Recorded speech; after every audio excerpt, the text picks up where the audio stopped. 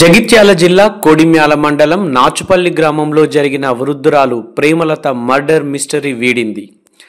వరుసకు అల్లుడైన వ్యక్తి హత్య చేసినట్లు నిర్ధారించిన పోలీసులు నిందితుడిని అరెస్టు చేసి శుక్రవారం కేసు వివరాలు మీడియాకు వెల్లడించారు.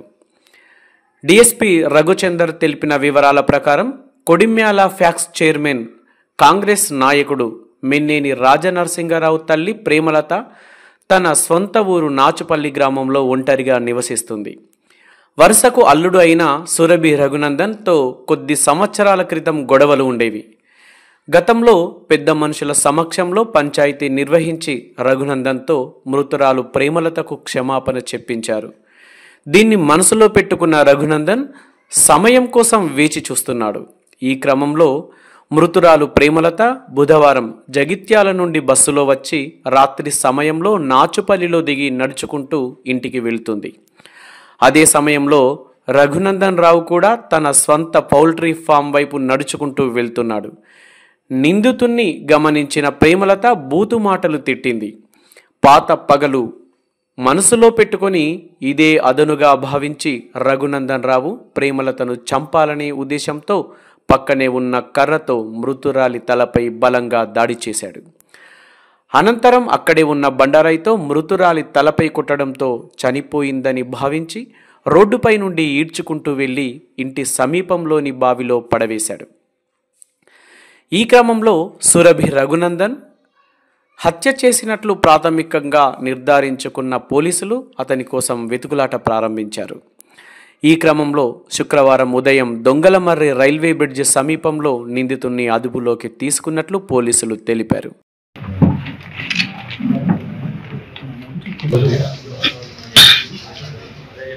మేనేని స్వర్ణలత గారు ఇచ్చిన ఫిర్యాదు మేరకు వాళ్ళ అత్తగారైన మేనేని ప్రేమలతను రఘునందన్ రావు అనే వ్యక్తి సభ్యులు అనే అనుమానంతో ఇచ్చిన ఫిర్యాదు మేరకు హత్య కేసు నమోదు చేసి దర్యాప్తు చేపట్టాము. ఈ దర్యాప్తులో భాగంగా ఎవరైతే మృతురాలు ప్రేమలత నిన్న ఉదయం బయలుదేరి నిజామాబాద్ వెళ్ళిపోతుంది. నిజామాబాద్ వెళ్ళి రిటర్న్ రాత్రి వస్తుంటే ఇతడు అక్కడే వాళ్ళ కోళ్ళ ఫామ్ దగ్గర ఉన్న నిందితుడు రఘునందన్ రావు సురభి రఘునందన్ రావు ఈమెను చూస్తాడు. చూడగానే ఆమె ఈమెను తిట్టడం మొదలు పెడుతుంది.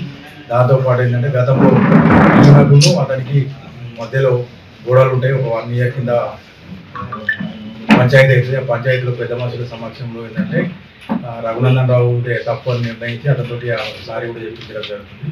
అది దృష్టిలో పెట్టుకొని ఎప్పుడు ఈ మధ్య తిడుతుంది మన ఇలాగా ఏదైనా చేయాలనే ఉద్దేశం ఆయనకు ఎప్పటి నుంచో మనసులో ఉంటుంది. నిన్న ఒంటరిగా చీకట్లో 9:45 9:45 రాత్రి ప్రాంతంలో రావడం గమనించి ఈమె తిట్టడంతో ఏంటంటే అదే అదునుగా భావించి అక్కడ ఉన్న కర్రతోటి తల మీద బలంగా కొడితే ఏంటంటే ఆమె రక్తస్రావం కింద పడిపోతుంది.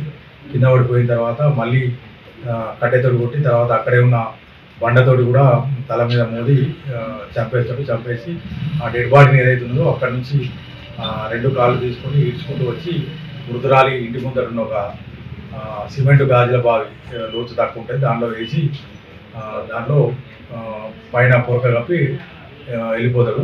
ఈ దర్యాప్తులో భాగంగా మేము ఈరోజు నిందితుడిని అరెస్ట్ చేసి కోర్టులో ప్రొడ్యూస్ చేస్తాం. మృతుడిని అరెస్ట్ చేసినాం. మృతుని హత్య సమయంలో ఉపయోగించిన బ్లడ్ స్టెయిన్ క్లాస్ అంటే రక్తం మరకల గల బట్టలు కూడా స్వాధీనం చేసుకున్నాం. సార్ నిందుడు ఆ సమయంలో తాగున్నాడు మద్యం ఇట్లా ఏమైనా సేవించుకుంటే మామూలుగా